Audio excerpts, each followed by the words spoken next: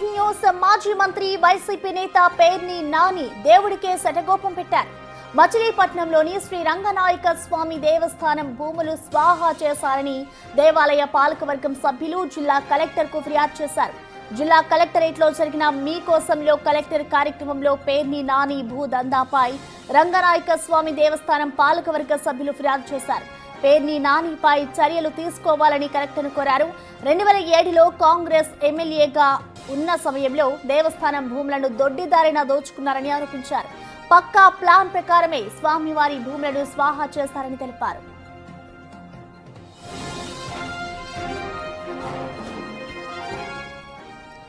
RS number 197లో స్వామివారి పేరుతో 5.33 ఎకరాల భూమి ఉంది. స్వామివారి ఆలయానికి భారీగా ఆదాయం వస్తున్నప్పటికీ 2007లో సదరు భూములకు ఆక్షన్ పెట్టించారు పేర్ని నాని. ప్లాన్ ప్రకారం ఆక్షన్లో పాల్గొన్న వారిని బెదిరించి తన అనుయాయులకు కారు చౌకగా భూములను కట్టుబెట్టించారు. గజం 8,000 రూపాయలు మార్కెట్ ధర ఉండగా కేవలం 1,000 రూపాయలకే భూములను దక్కించుకున్నారు పేర్ని నాని. ఆక్షన్ అయిన 4 ఏళ్ల తర్వాత వడ్డీ కూడా చెల్లించకుండా రిజిస్ట్రేషన్ చేయించుకున్నారు. ఆ తర్వాత తన భార్య పేర్ని జయసుధ, మామ పట్టపు రామచంద్రరావు పేరు మీద భూములు బదలాయించారు.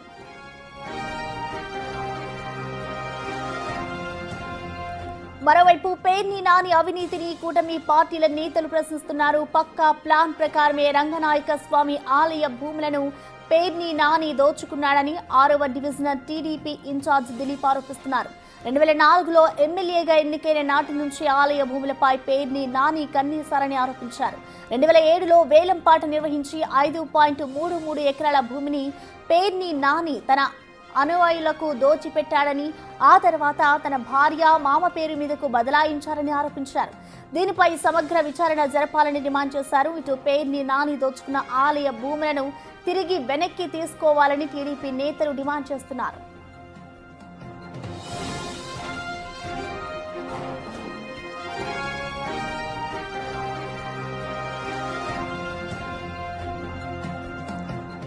దీనిపై పూర్తి డీటెయిల్స్ ని మా ప్రతినిధి శివ లైవ్ ద్వారా అందిస్తారు. శివ, మనం చూస్తున్నాం ఇటు పేర్ని నాని ఆలయానికి సంబంధించిన భూముల్ని కాజేశారు అంటూ కూడా ఇటు ఆలయానికి సంబంధించిన వాళ్ళు చెప్తున్నారు కదా, దీనికి సంబంధించి ప్రభుత్వం ఎటువంటి యాక్షన్ తీసుకోబోతుంది అనుకోవచ్చు, డీటెయిల్స్ ఏంటి?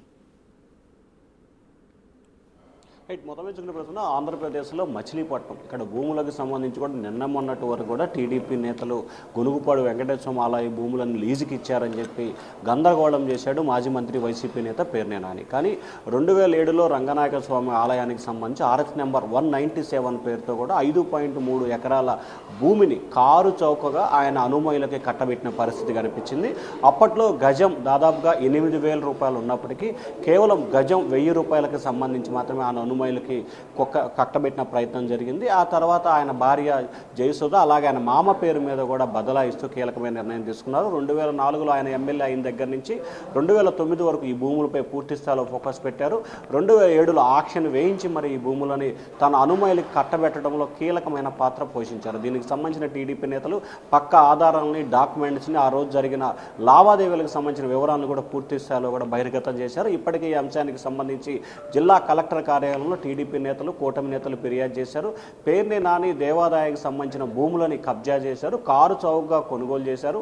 వాటిపై సమగ్రమైన విచారణ చేసి ఆ భూములను తిరిగి స్వాధీనం చేసుకోవాలని చెప్పి టీడీపీ నేతలు డిమాండ్ చేస్తున్నారు. ఇప్పటికీ ఈ అంశానికి సంబంధించి మాత్రం 2 రోజులు అవుతున్నా కానీ పేర్ని నాని కానీ ఆయన అనుచరులు మాత్రం రంగనాయక స్వామి ఆలయ భూములకు సంబంధించి కూడా ఏమాత్రం కూడా స్పందించిన దాఖలాలు కనిపించట్లేదు. 2007లో ఆయన సన్నిహితులకి అనుమతులకి బదలాయించుకున్నారు. ఆ తర్వాత ఆయన సతీమణి ఆయన మామ పేరుతో బదలాయించుకున్న తర్వాత అప్పటి నుంచి అంటే దాదాపుగా 18-19 సంవత్సరాల నుంచి కూడా ఆ భూమి ఆయన ఆధీనంలోనే ఉన్న పరిస్థితి కనిపిస్తూ ఉంది. దాదాపుగా ఇప్పుడు ప్రస్తుతం మార్కెట్ వాల్యూ ప్రకారం చూసుకుంటే కనుక దాదాపుగా 50 నుంచి 70 కోట్ల రూపాయల విలువ అవుతుందని చెప్పి కూడా అధికారులు అంచనా వేస్తున్నారు. పేర్ని నానికి సంబంధించి మచిలీపట్నంలో గతంలో ప్రభుత్వం అండగా ఉన్నప్పుడు మెడికల్ కాలేజీ విషయంలో కానీ, భూ పట్టాల విషయంలో కానీ, నకిలీ ఇళ్ల పట్టాల విషయంలో కానీ, అలాగే ఇసుక తరలింపు విషయానికి సంబంధించి కానీ రేషన్ ఇట్లా ఒక్కొక్కటిగా ఆయన చేసిన అక్రమాలు రోజు రోజుకు వెలుగులోకి వస్తున్న పరిస్థితి కనిపిస్తుంది. అది 19 నుంచి 24 మధ్య. కానీ ఇది మాత్రం 2007లో ప్రభుత్వ భూమిని కారు చౌకగా కొనుగోలు చేసిన పరిస్థితి కనిపించింది. దీనిపై ప్రభుత్వం ఇప్పటికే విచారణకు ఆదేశించే అవకాశాలు కనిపిస్తున్నాయి. ఇప్పటికే జిల్లా కలెక్టర్ని ప్రభుత్వం నివేదిక కోరినట్టు తెలుస్తా ఉంది. వచ్చిన నివేదికను బేరేజ్ వేసుకొని కూడా ఈ భూమిని ఏం చేయాలి, ఏ రకంగా ముందుకు వెళ్ళాలి అనే దానికి సంబంధించి కూడా ప్రభుత్వం నిర్ణయం తీసుకునే అవకాశం కనిపిస్తూ ఉంది. అయితే శివ, ఇప్పటికే చూసుకుంటే ఇటు పేర్ని నాని ఏదైతే అవినీతి చేశారో దానికి సంబంధించి కూడా ఇటు కూటమి నేతలు ప్రశ్నిస్తున్నారు. కాబట్టి ఇప్పుడు ఆలయానికి సంబంధించిన భూములను దోచారు కాబట్టి ఇది ఏ విధంగా రాజకీయ పరంగా ఏ విధంగా మలుపు తీసుకుంటుంది అనుకోవచ్చు? ఇటు ప్రభుత్వం తీసుకునే నిర్ణయంపై ఇటు పేర్ని నాని ఏమైనా స్పందించే అవకాశం ఉంటుంది అనుకోవచ్చా?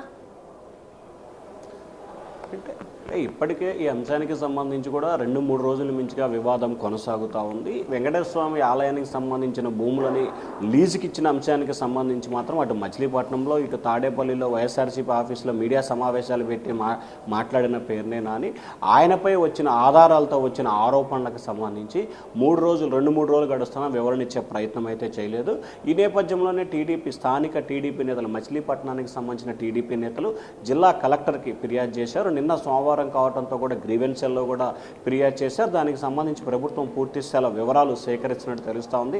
మొదటగా ఎవరు కొనుగోలు చేశారు, ఆ తర్వాత ఎవరు ఎక్కడి నుంచి ఎవరికి బదలాయించారు, దానికి సంబంధించిన యాక్ట్ ఏ రకంగా ఉంది. ఎందుకంటే రిజిస్ట్రేషన్కి సంబంధించిన జరిగిన ఈ పరిణామాలకు సంబంధించి దేవాదాయ ధర్మాదాయ యాక్ట్ ఒకటి ఉంటుంది. సో మీరు సాధారణంగా చూసుకుంటే కనుక భూములకు సంబంధించి ఒక రకమైన యాక్ట్ ఉంటుంది, కానీ దేవాదాయ ధర్మాదాయ శాఖకు సంబంధించిన భూములకు సంబంధించి మరొక యాక్ట్ ఉంటున్న పరిస్థితి కనిపిస్తాం. సో ఈ నేపథ్యంలో ఆ యాక్ట్ ప్రకారం ఏ రకంగా ముందుకు వెళ్ళాలి, ఎలా ప్రయత్నాలు చేయాలి ఏంటి అనే అంశానికి సంబంధించి కూడా ప్రభుత్వం సంప్రదింపులు జరుపుతూ ఉంది. ఇప్పటికే జిల్లా కలెక్టర్ ఇవాళ రేపట్లో ఈ భూముల వ్యవహారానికి సంబంధించి పూర్తి స్థాయి నివేదికని ప్రభుత్వానికి అందజేస్తారు. ప్రభుత్వం తదుపరి చర్యలకి ఆ భూమిని దాదాపుగా స్వాధీనం చేసుకోవాలని చెప్పి నిర్ణయం తీసుకుంటుందా, లేకపోతే దేవాదాయ శాఖకి సంబంధించి వదిలేస్తుందా, వారు ఏ రకమైన నిర్ణయం తీసుకుంటారు. ఎందుకంటే ఆ రోజున్న మార్కెట్ వాల్యూ ప్రకారం ఆయన కొనుగోలు చేశారు కాబట్టి సరే ఎంత కొనుగోలు చేశారు ఏం చేశారనే విషయాన్ని పక్కన పెడితే, కానీ భూమిని అయితే మాత్రం ఎంతో కొంత డబ్బులు ఇచ్చి కొనుగోలు చేశారు కాబట్టి కొనుగోలు చేసిన భూమిని తిరిగి ఏ రకంగా అందజేయబోతున్నారు, ఏ రకంగా ప్రభుత్వం స్వాధీనం చేసుకుంటుందా లేదా